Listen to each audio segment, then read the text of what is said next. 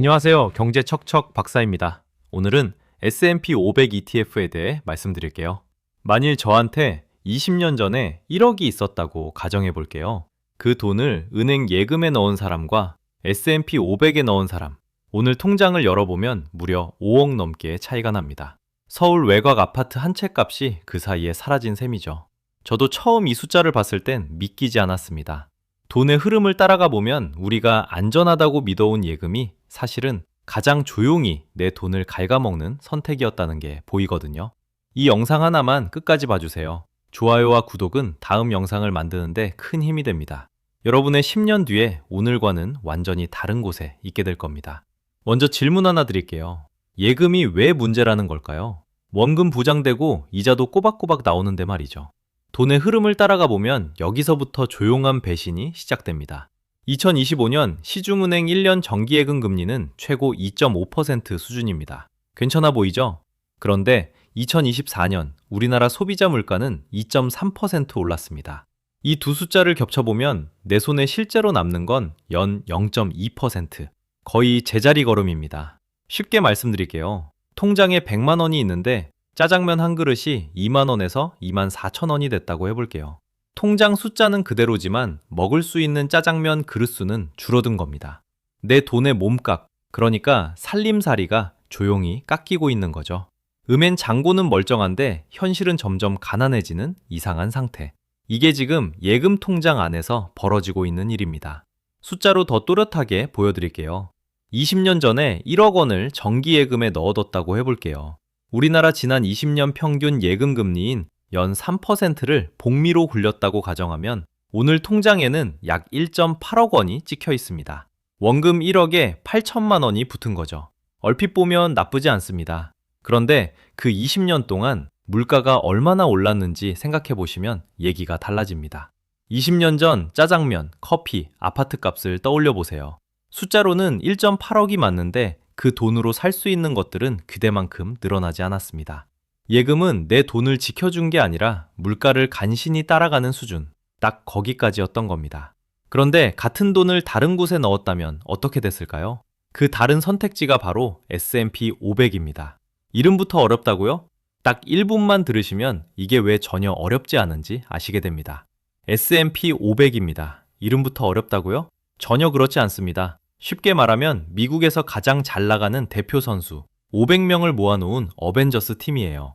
여러분이 매일 쓰는 아이폰의 애플, 윈도우의 마이크로소프트, 유튜브의 구글, 아침에 마시는 스타벅스, 점심에 긁는 비자카드, 어릴 적부터 마셔온 코카콜라, 이런 기업들이 다 여기 모여 있습니다. 이름만 들어도 아는 회사들이죠? 그런데 이 500개가 그냥 많기만 한 게 아닙니다. 미국 전체 주식시장 시가총액의 약 80%를 이 500개가 차지하고 있어요. 쉽게 말해 이 500개를 들고 있으면 미국 경제 전체를 들고 있는 거나 마찬가지라는 얘기입니다.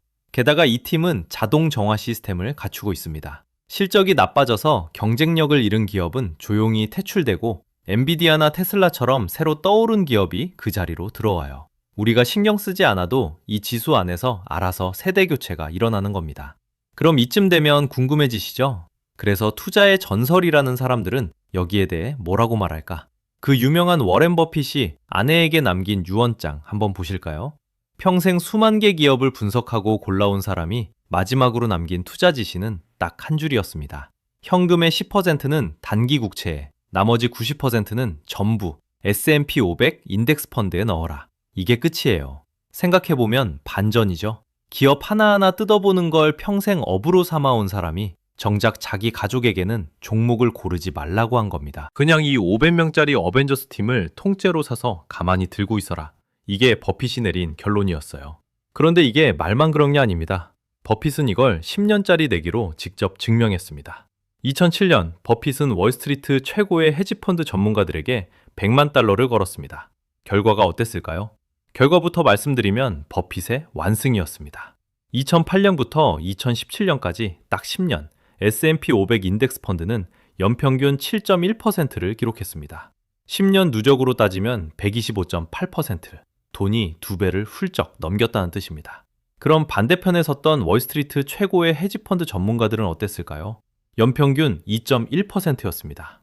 수십억의 수수료를 받고 밤낮으로 시장을 분석하고 세상에서 가장 똑똑하다는 사람들이 모인 바구니가요. 평범한 지수의 3배 이상 졌습니다.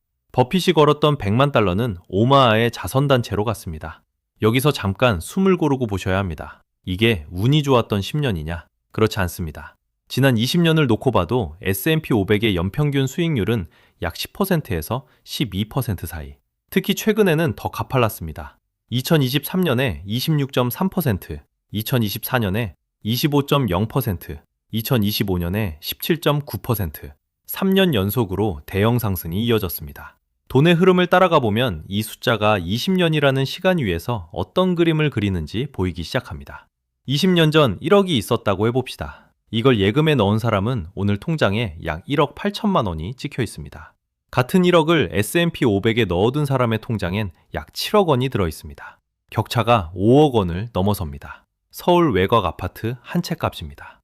이 돈이 내가 은행에 안전하게 맡겨뒀다고 믿고 있는 동안 조용히 사라진 겁니다. 누가 가져간 게 아닙니다.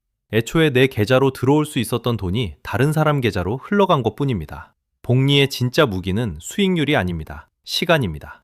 7%든 10%든 그 숫자가 20년 동안 이자 위에 이자를 쌓으면서 5억이라는 격차를 만들어내는 거죠.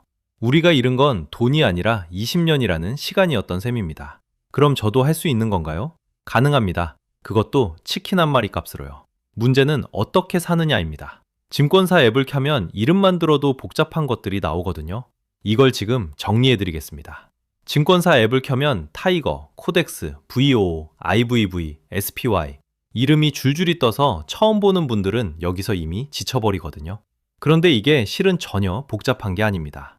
이 상품들은 전부 S&P 500이라는 똑같은 원두로 만든 아메리카노예요. 파는 카페만 다른 겁니다. 스타벅스에서 사든 이디야에서 사든 들어가는 카페인은 같은 것처럼 타이거든 코덱스든 VOO든 안에 담긴 건 미국 대표 기업 500개.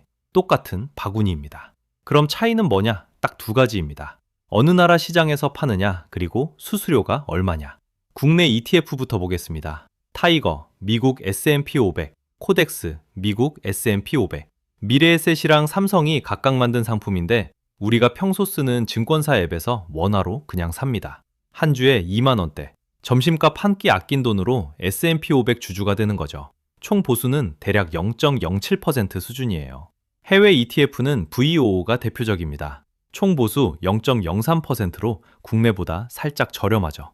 다만 달러로 환전해야 하고 미국장이 열리는 우리나라 밤 10시 반부터 거래해야 합니다. 수수료 차이가 그래서 실제로 얼마냐? 1억을 투자했을 때 연 4만 원 정도예요. 커피 2잔 값입니다. 이 몇만 원 아끼려고 환전하고 밤잠 설치느냐? 아니면 한국 시간에 편하게 사느냐? 대부분의 직장인한테는 답이 정해져 있습니다. 그리고 진짜 중요한 건 여기서부터예요. 계좌입니다. 돈의 흐름을 따라가 보면 똑같이 S&P 500에 투자해도 어느 계좌에 담느냐에 따라 손에 쥐는 돈이 완전히 달라집니다. 핵심은 ISA 계좌랑 연금저축 이 2가지예요.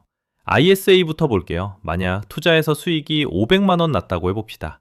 일반 계좌면 세금으로 77만 원이 빠져나갑니다. 그런데 같은 500만 원을 ISA 계좌에서 벌면 세금이 29만 7천 원으로 줄어요. 47만 원이 내 주머니에 그대로 남는 겁니다. 심지어 지금 정부는 ISA 비과세 한도를 기존 200만 원에서 500만 원까지 늘리는 방안을 추진 중이에요. 통과되면 절세 효과는 지금보다 더 커집니다. 그 다음이 연금저축이에요. 이건 조금 더 강력합니다. 연금저축이랑 IRP 합쳐서 1년에 900만 원까지 넣을 수 있는데 총 급여 5,500만 원 이하 직장인이라면 연말정산 때 최대 148만 5천 원을 현금으로 환급받습니다. 투자 수익이 나기도 전에 국가가 먼저 148만 원을 돌려주는 구조예요. 국가가 S&P 500 투자하라고 지원금을 주는 거나 마찬가지입니다. 정리해 드릴게요. 초보자, 직장인, 사회 초년생이라면 답은 하나입니다.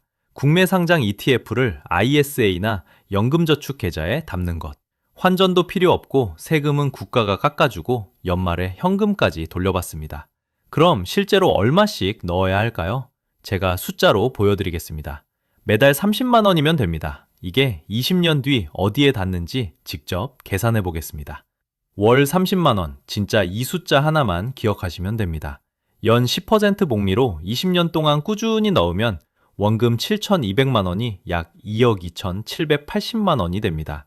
조금 더 여력이 있어서 월 50만 원씩 넣는다면 같은 20년 뒤 약 3억 7,970만 원입니다. 월 30만 원을 20년이 아니라 30년 동안 밀고 가면요, 약 6억 8천만 원입니다. 치킨 2마리 값을 매달 꽂는 것뿐인데 숫자는 이렇게 벌어집니다. 여기서 꼭 드리고 싶은 이야기가 하나 있습니다. 지금 들어가도 될까요? 3년 연속 올랐잖아요. 이 질문을 정말 많이 받습니다. 마음은 이해합니다. 그런데 적립식 투자의 본질은 타이밍이 아니라 꾸준함입니다. 매달 같은 금액을 계속 사는 것 자체가 전략입니다.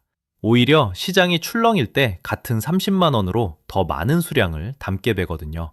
평균 단가가 자연스럽게 내려가는 거죠.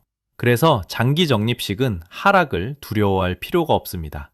투자를 시작하기 가장 좋은 때는 어제였고, 두 번째로 좋은 때는 바로 오늘입니다.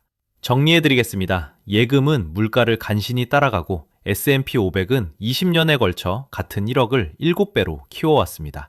방법도 이제 복잡하지 않습니다. 국내 상장 ETF 하나를 ISA와 연금저축 계좌에 담는 것.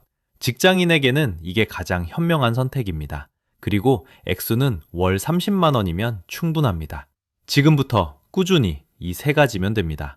돈의 흐름을 따라가 보면 결국 격차를 만드는 건 대단한 정보도 특별한 재능도 아니었습니다. 시간을 내 편으로 만든 사람과 그러지 못한 사람, 그 차이 하나였습니다. 오늘 밤 증권사 앱 하나 켜보세요. ISA 계좌 개설 버튼 하나 누르는 것부터 시작입니다. 10년 뒤에 여러분이 오늘의 이 결정을 분명 칭찬하게 될 겁니다.